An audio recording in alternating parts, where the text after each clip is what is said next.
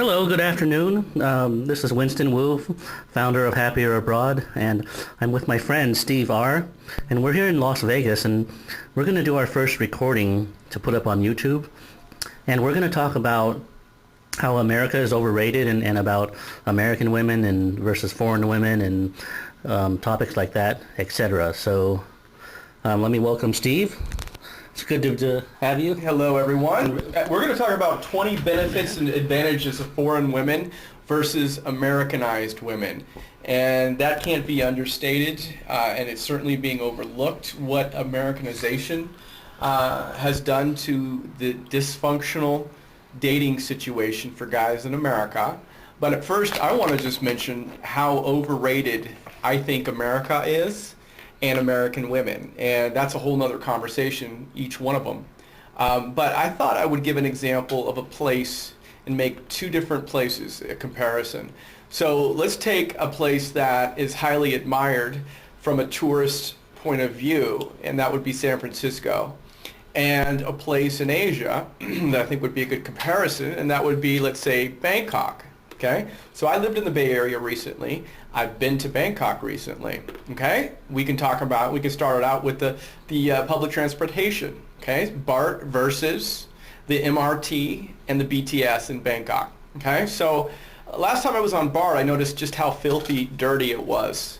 It was absolutely disgusting, and it made me wonder why I'm paying, yet again $5 to be on it. And but when I was in Bangkok, it was very modern, very clean, and I paid about 40 cents on average. Okay, and so, in BART, you don't get a whole lot in terms of what the fee is in return. They pay, police, as demonstrated in one of their signs, paying them $70-something thousand a year, but yet with that fee that everybody pays and nobody questions, they don't even bother to clean the disgusting, filthy seats and floors of the BART system. Yet they go on strike, though, right? Anyway, so Winston, what do you think? Any other point that comes to mind between comparison? Well, I thought what you said earlier was great. I mean, it summarized it up when you said in San Francisco you don't get cheap prices, you don't get to eat for cheap, you can't swim in the beach because the water's too cold, and you're not going to be able to approach women because they don't talk to strangers and are very guarded against that, and they hate being hit on. So you're not going to find a nice, friendly girl that wants to meet you there, and so. It's just like I said, it's just a charming city to take a photo of, and everything's expensive, and it's not, friendly by our standard. It's not, and if you're an American and you've been there, a few hundred times, you should start to realize that, it's nice looking at the Golden Gate, Bridge, but, if you're lonely and you've seen it, 300 times, what kind of benefit in terms of happiness is that really generating for you? I mean, oftentimes it's cold. You're right. You can't go in the ocean like you can 2 hours away from Bangkok in Thailand. It continues to go up in price. Nobody can afford to live there. If you're not connected, you don't have connections from college or high school, you're out of the job market. You're an outsider. Good luck getting in, and who knows when that might take place. So how do you justify living there? But, it's a definite tourist trap, because if you go to Fisherman's Wharf, you see what they're charging. Restaurants, to go on a boat, they're just completely gouging and ripping people off. Whereas, a boat to the beach from Bangkok, a bus, is completely reasonable, just like the public transportation is. As is the food. You can get, great meals for $1, no sales tax charged, for a fraction. Think about going on a date, which I did. It was really nice to spend a total of $3 on a dinner date in Bangkok. Imagine doing that in San Francisco. It's impossible. And women are approachable there, right? Friendly, and how's the beach there? What was it? Oh yeah, it was great. I mean, the beach, the water's warm, the beaches are amazing, and I'm not even talking about Phuket. I plan to go there next time. But the fact is, I know the water's going to be warm there, and going in warm water with any number of dates, that are with you, that are obtainable, that are younger, that are sweet, petite, without attitudes, let me tell you, that's a dramatic difference. So, one of the things that I put together based on my most recent 2 trips is what I call a guy's dating utopia, where somebody can earn a life-changing trip, me as their tour guide, and I will guarantee that that person's life will be changed forever if they're a single guy in America and they're among the 90% who simply haven't dated enough in their life. And so what happens to the average American man is that he goes on a dry spell for far too long. Then the first person that comes his way, he clings to, overvalues, and that person may not be even compatible. But I can tell you this, that person is probably going to be a lot older, have more of an attitude, certainly more Americanized, which we may talk about, in comparison to what, the kind of girls that he could be dating if he was smart enough to use a service that would actually change his life forever. What do you think? Well, yeah, that's definitely true, and for me personally, I mean, it just doesn't feel like there's any point in going out in America. It doesn't feel fun, because it's like, if you don't already have someone, or you don't have your own, family to go out with, I mean, there's no real way to meet people, because people just don't like to meet people in America.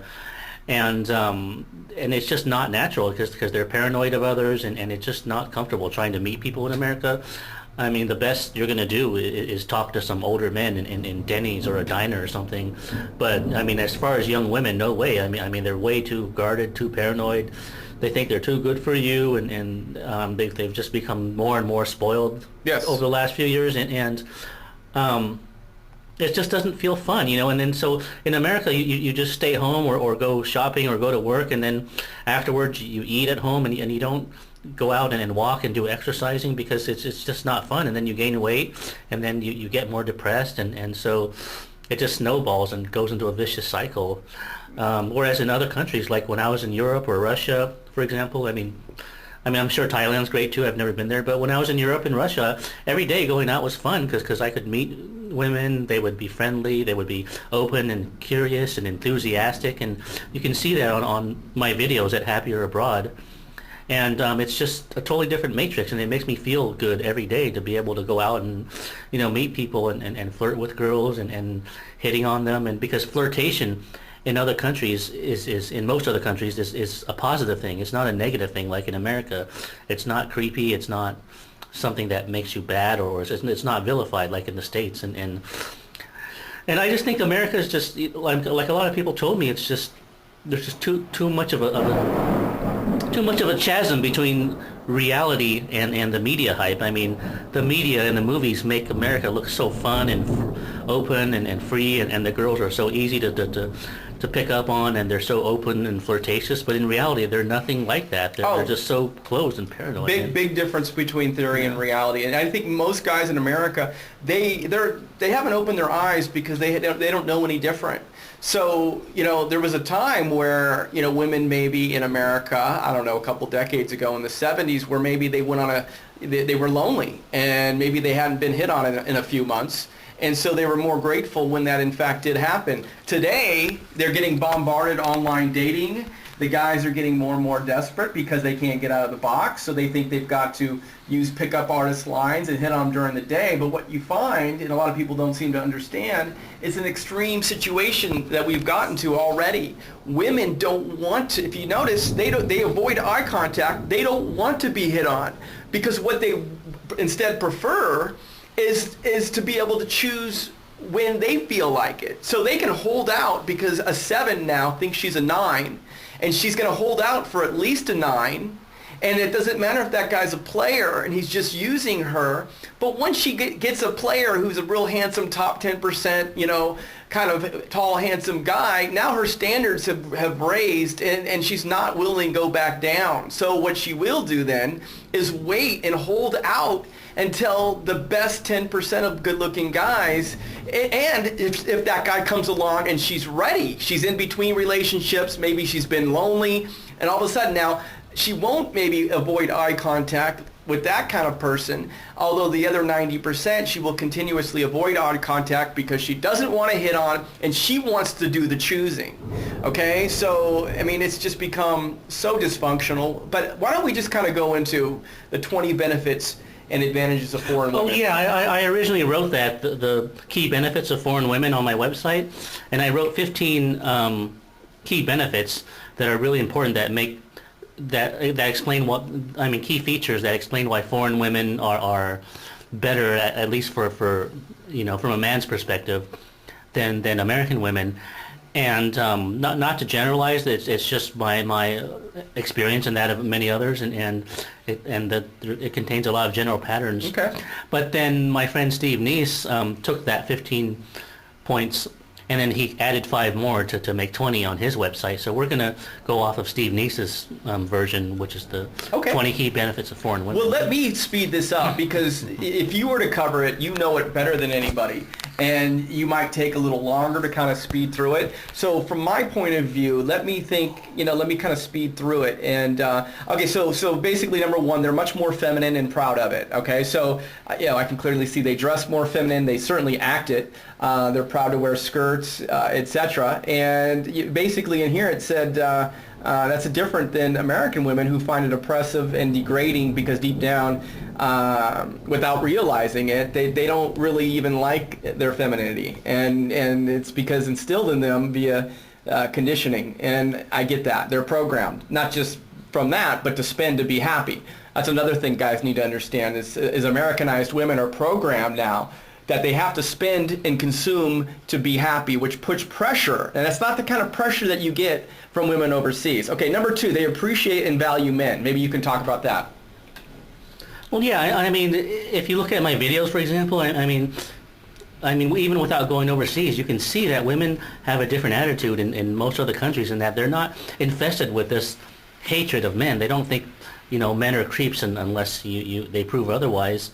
Whereas here in America, it's like they have this belief that men they don't know are creeps, and they have this very negative attitude toward men, and you don't see that in women abroad. And the key thing to remember about this is that if you've never left America, you think that the hatred women have here toward men and the paranoia are normal.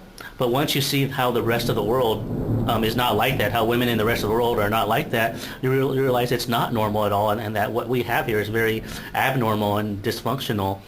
And that's very revealing, because it means that it's not your fault, because there's just something very wrong here. And yeah, they're just a lot more friendly toward men. Yes. and curious and feminine and just sweet, and that's how women have always been throughout history. I mean, the way women are in America, paranoid and unfriendly, is not normal. It's not normal. It's dysfunctional. It's never been like that. No, it's never been like that. And absolutely, the word that you have to remember is it's dysfunctional. Okay, and number 3, they are more authentic, down to earth, appreciate and reciprocate kindness. Absolutely, they do, and they liberate men, psychologically, and set them free from insecurity. So, when you mention that, guys are getting, and it's noticeable, more and more desperate, because they're getting shot down everywhere they go, and they're scratching their head and wondering what is really going on. And you're not alone. If you're not in the top 10%, you're among everybody else that gets left out. You're not, 6'3", handsome. It's not even about money anymore. It's unfortunately coming down to looks far too much. And again, women holding out because they can. They think they're better than they are, and therefore they deserve practically a movie star, or certainly the top 10% of guys. So again, if a 7 thinks she's a 9, and she's going to hold out for better than a 9, that leaves out everyone else who is going on dry spells multi-year, not realizing they only live once. They only live their 30s once. They only live their 40s once. And I'm here to tell you, before I forget to say this, that when they get to 60, they're going to have the biggest regret of their life, and that is primarily that they didn't get out of the box, and they continue to accept this dysfunction and didn't think they can take control because they kept listening to what society's telling them that it's them, because they never got to see the big difference. So okay, so they definitely liberate that situation. They are usually thin, yes, much more thin than the most obese country in the world today, right? Yeah, of course. I mean, if you look at the photos and videos I took, I mean, like 99% of the girls outside are thin. You know, they're well dressed, they're feminine, they're sweet. I mean, they're all the things that women are supposed to be. I mean, you know, and they're so down to earth and easy to connect with, and to, you know, for men that matters a lot. And unfortunately, most men in America don't know this because it's taboo, to compare things like this. Well, hey, listen, I'm going to go into this list. I'm going to have a link from guysdatingutopia.info. I'll have a link to this. So for anybody that wants to look at, you know, more specifics, because we have a limited time here, but you just mentioned point 6, they're a lot more open. They find compliments number 7 flattering and charming. Okay, I mean, gosh, it's amazing. I dated somebody who had this giggle. You know, and it didn't take much at all to make her happy. And I would see her happiness giggles. To me, that was so incredibly feminine. It was so sweet. It was so attractive, so appealing. She was so down to earth. And just a simple compliment just made her so happy because she wasn't used to getting sincere compliments from guys, you know, in her country. And I got to tell you, man, I mean, once you get to experience that. Number 8, they tend to have better family and marriage values. I mean, we could certainly go into that. But you can see it on the website.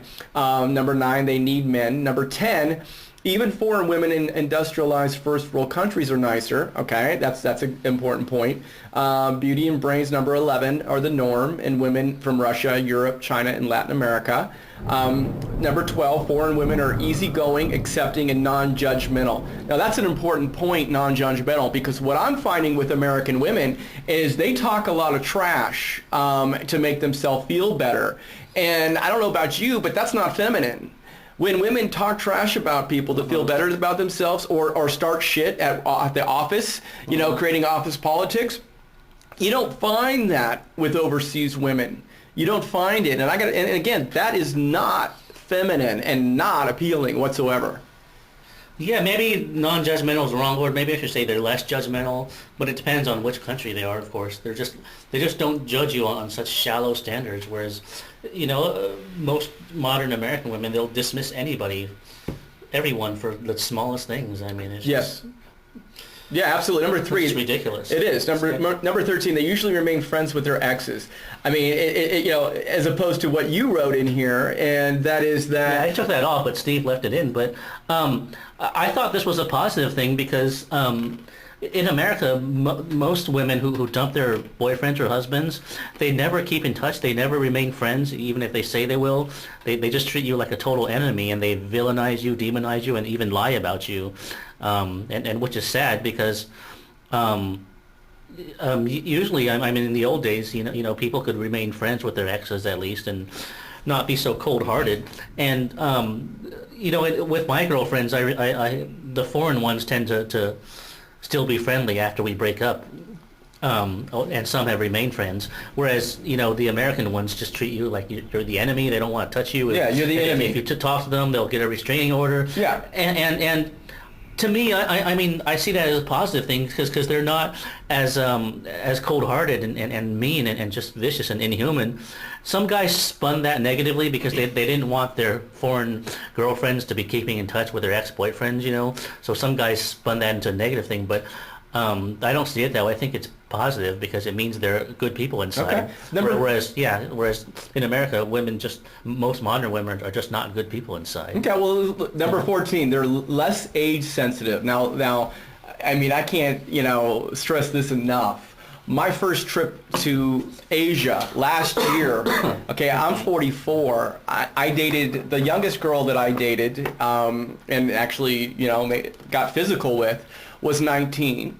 And most of them were in their 20s. And they had no problem, probably didn't even think that I was 44. It never even came up. Most of them never even asked me how old I was. So, you know, I definitely lost some weight over the last 4 years, and maybe I look 5 years younger, but that's not really the issue. The issue is that it just wasn't that important to them. And so, imagine trying to date somebody 15 years younger in America or more. It's just not going to happen. Number 15, they're generally more mature, and their character, and that's an important one with character. A lot of them have not had it easy. They've had to overcome obstacles in a bad economy, and they haven't been spoiled and given everything they've ever wanted and used to having everything go their way. So, that's a huge character difference as well.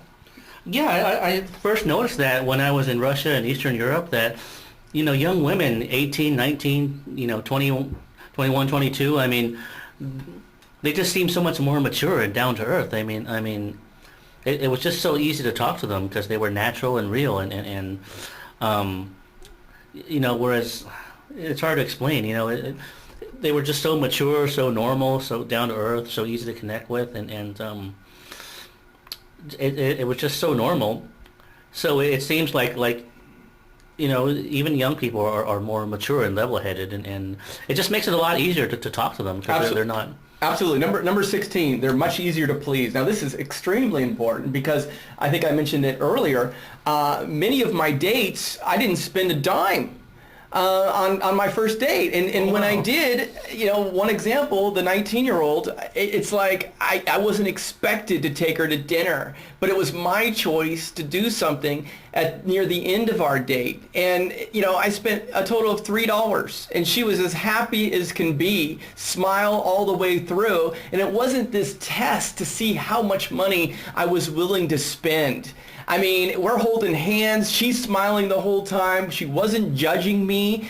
We enjoyed it. And I got to tell you, $3 sounds a whole lot better than the gamble of many American women that are just using you, for getting a free dinner. And if not, again, they're expecting you to take them to some fancy dinner to show how much, you're capable of spending on them. And is that really about romance and, sincere happiness, or is that conditional? I think that's pretty obvious. So easier to please, that's an important point, obviously. Number 17, they still believe in old-fashioned romance, right? Right, because people here in the modern America are just too jaded and cold and hard to believe in romance. Even modern movies are not romantic anymore. There's no romantic music, romantic words or characters, and whereas in the past, they were very common and very romantic, and the music was, and people are just way overly practical. They don't believe in that anymore. But if you go to most other countries, there's still a belief in old-fashioned romance, So if you're a romantic guy like I am, that's really good news.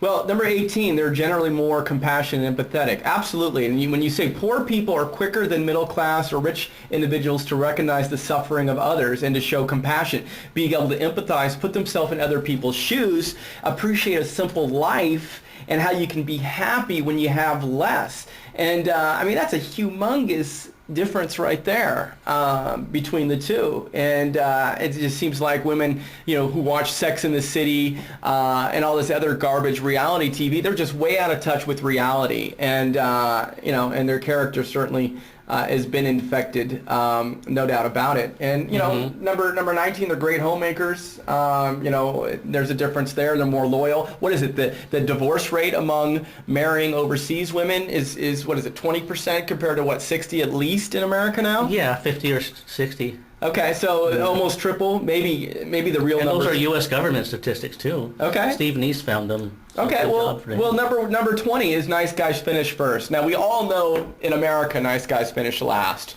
It's looked at as weakness if you're being kind, so you got to have some kind of bad. There's no value to being nice here in the dating scene. It's zero. Women. You can't be yourself. See it. Yeah. Yeah, you can't be yourself. Okay, we all know confidence is important, but that's not enough.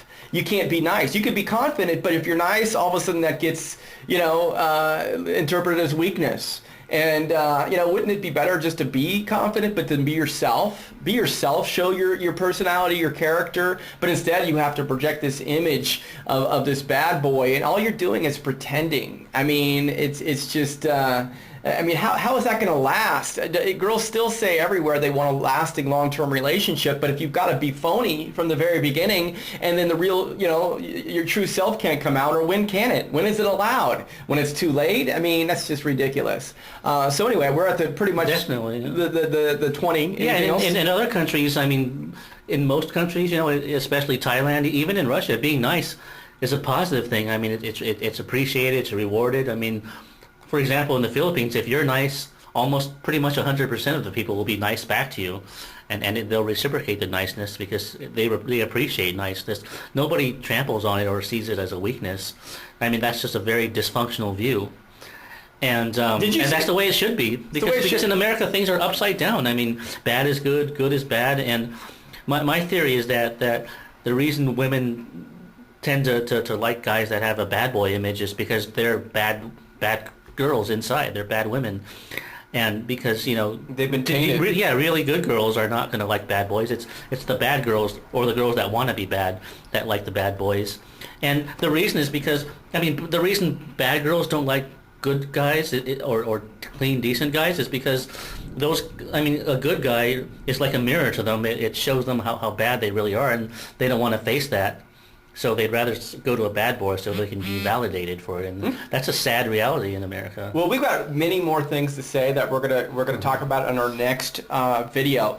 But one last thing we'll say on this one is that you had mentioned that there's no need for pickup artist books overseas like there is in America. Why is it that America you need this pickup artist help just to have a chance at getting a date? And again, like I said, the average guy in America is going on a, I don't know, in some cases 3-year dry spell, then settle for the first person that comes their way, overvalues that person, and if they, what would you prefer having? Many choices every day or one choice every 3 years?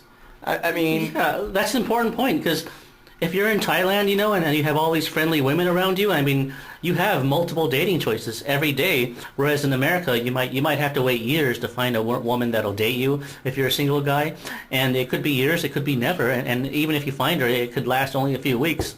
So you're always on this dry spell most of the time, whereas in a place like Thailand or the Philippines... Or Jakarta, or Philippines, or you have Vietnam. So many friendly, sweet, feminine choices, and...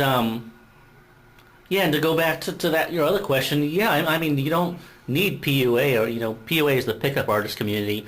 And I think the reason there's PUA in America is because the women are so friendly and not approachable, and so society tells you to blame yourself rather than other people. And so men are looking at themselves thinking, what's wrong with me? Why aren't I able to pick up girls as easily as the culture says I should? And so they're looking for something they can control, like techniques. But in reality, you can't use techniques or formulas like you can to fix a car. I mean, you can't use that in the dating scene because, relationships don't work that way. You can't use a formula or a technique, but they just want to give you the illusion that you can control it by using formulas and techniques. And the thing is, it's all a false fallacy. It's all a scam, because in real life, I don't know anybody who uses PUA and can get women from that. I mean... It's pretty much all about, a combination of your looks and chemistry. I mean, if you're her type, then she'll notice you. If you're not her type, she won't. And even if you are her type, a lot of women in America just don't like talking to strangers in general. They only want to meet you if you're introduced by their friends or classmates or coworkers or whatever. Otherwise, they just don't want to talk to strangers. They don't they understand that there might be some interesting people they might be able to learn something from at the very least? I don't get that. What is up with that? Well, they live in fear. They're not open. They're not curious. There's no curiosity in America, especially with women, toward new people. They just whereas in other countries, people are a lot more curious. If you're different or you're a foreigner, they want to talk to you. They want to get to know you. You can walk into a restaurant and talk to women sitting down or sitting alone, and you can't do that in America. It's taboo. It's not appropriate. No, that's clear. It's unwelcome. And for guys that don't believe it, go ahead and try it and see what happens. But let's continue. Let's pick up where we just at that point on our next recording. So we're going to end this one here, and we'll pick up on that next time. Okay.